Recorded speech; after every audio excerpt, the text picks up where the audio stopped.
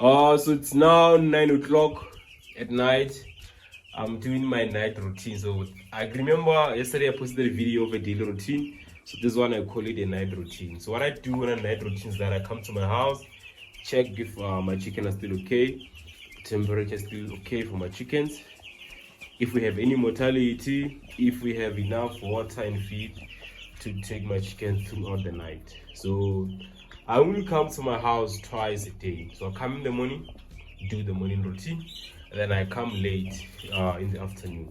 So that's what I basically do. So now my chicken are around 9 days basically. So this is how your chicken should be look like at 9 days.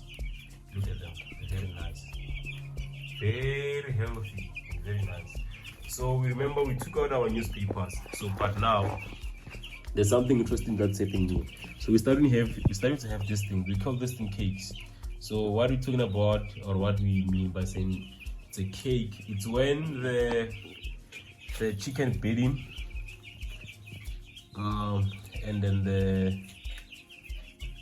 the chicken waste come together and form something called a cake. So this is a cake. This is what we call a cake, where our chicken waste and our wood shaving come together and form this thing. It's called chicken waste. So what you do every day in the morning and late, you come to your house and you try to break these cakes, because these are the ones that causes bad smell in the house.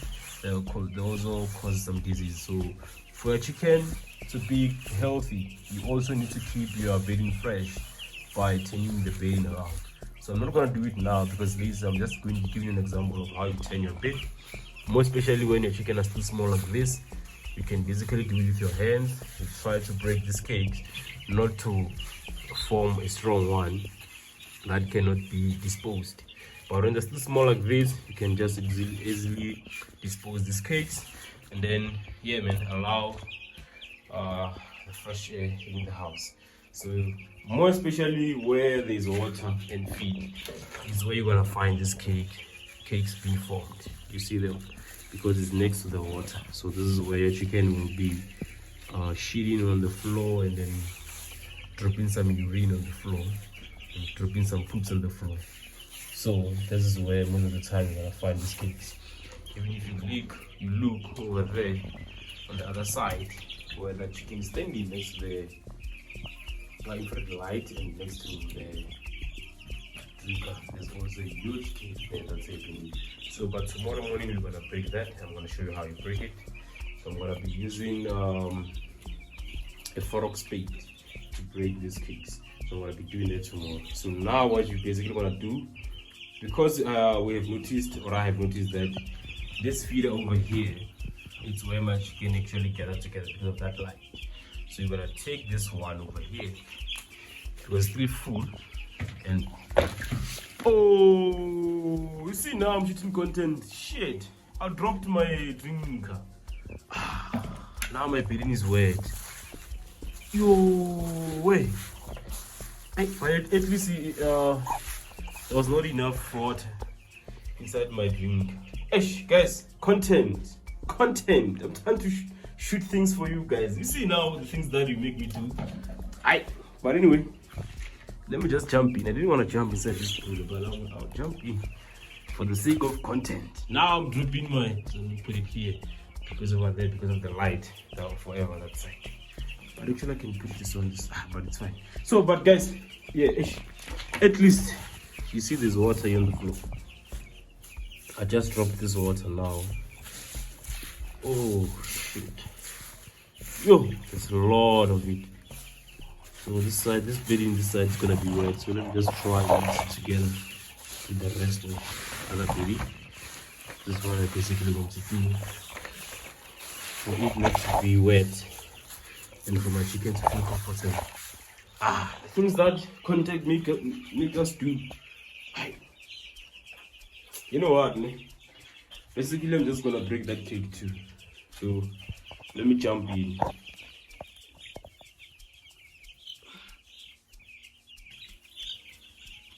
This is the cake that I'm talking about. Look at it. I can't even break it easily with my hands. So look, this is a cake. This is what we don't want in the chicken house. You don't want this to happen.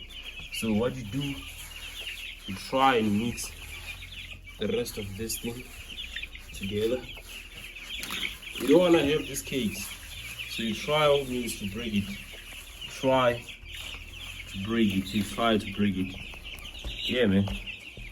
This is how we do it. This is how we break these things. This is how you break the cake. You make sure you don't have. You make sure all the time you don't have these in your house. This is what you call a cake. You make sure you don't have these. If you can take this and throw them away, please do so. You don't want to have these cakes. You don't want to have this. This is what causes ammonia. This is what causes diseases. This is what causes a problem to your chicken health. This chicken waste. These cakes, you make sure you break these cakes. You make sure you break these cakes. So yeah, I'm done. So I'm gonna answer a few of your questions that I saw on my YouTube. Somebody asked me, what do I use or when do I vaccinate my chickens? So I don't vaccinate anymore. I used to vaccinate well back, but I'll drop the video on top there. You can go and check the video of how you vaccinate, actually, how you mix a vaccine for what, basically. So I don't vaccinate anymore. And another question, it was that for me that what do I use during load shedding? I don't have any backup. You can see from the house, I don't have any backup. This is my backup for load shedding. This, because this side is warm, and remember we only have load shedding for 2 hours. So this house can still be home for the next 2 hours if I switch this lights off. So my chicken will still be warm for the next 2 hours because it's already warm in here. So there's not enough air that's floating in to minimize the heat that is inside this place, or the heat that's inside this protein space.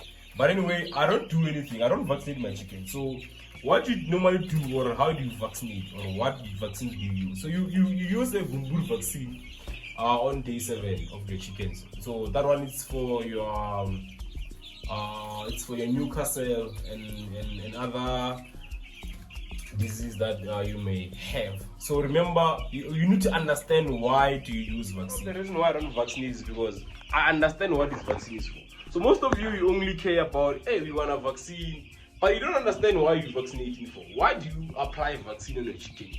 Are you applying it for the sake of saying, hey, I want to vaccinate my chicken? You need to understand why you vaccinate. So you vaccinate when you vaccinate, you introduce the virus to your chicken, so that when your chicken come across that virus, the body can recognize the virus and fight with the virus. That's basically why you need to vaccinate. So if you keep your house clean all the time, you do your biosecurity, you don't need to vaccinate. But if you know that your biosecurity is trash, then you need to vaccinate. But if you know that everything is on point in your house, you clean, you disinfect your house properly, you apply ventilation, you apply biosecurity very well, you don't need to vaccinate your chickens. But if you know that you take shortcuts when you raise the chickens, then my brother, my sister, you need to vaccinate. But for me, because I know that I don't take shortcuts, sometimes I do. And when I do take shortcuts, I face consequences of not vaccinating. In the previous cycles, if you have been following my YouTube channel, if you haven't, go back and watch my previous videos on my previous cycles that I've done. We had a lot of problems because of what? I was taking shortcuts. I didn't have biosecurity. My ventilation sometimes was poor. Sometimes I didn't disinfect my house and let it rest for the period that's required. So after every cycle, you need to let your house rest for 14 days. Nothing goes inside the house. You open your sides, you allow ventilation to happen, and then you clean it, you disinfect it properly. Nothing goes inside. But if you're not gonna do all those things, you need to vaccinate. The second vaccine that you're gonna take is on day 14. Then there you use a vaccine called Lasado. Yeah, I think it's Lasado.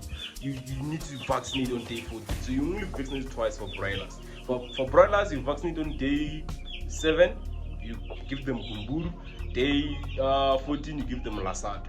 But there's a debate and there's a conflict with other stores or other broiler technician or other broiler advisors they will tell you that no, you vaccinate Lasata first, then Kumbur later. So everybody has their own opinion about vaccine. That's another reason why I stopped vaccinating, because there's no measurement of how many liters of water you need to vaccinate your chickens with.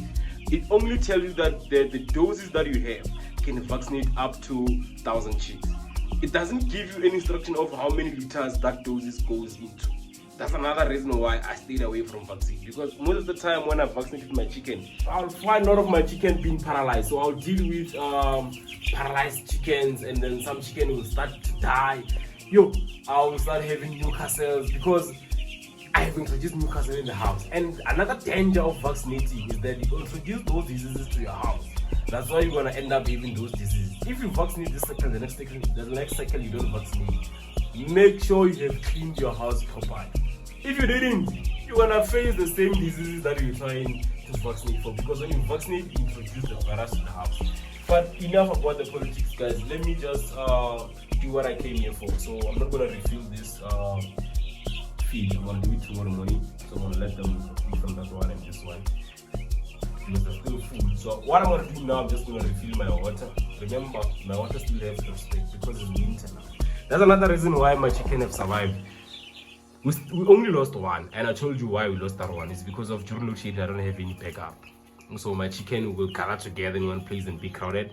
They will end up having a stampede, and one will lose their life. Unfortunately, we had one that lost its life. But in in farming, it's the survival of the fittest. Chickens don't care about each other. They don't even have a proper burial for you. We're just gonna throw you away. Cats and dogs will eat you. But otherwise, our farming will feed.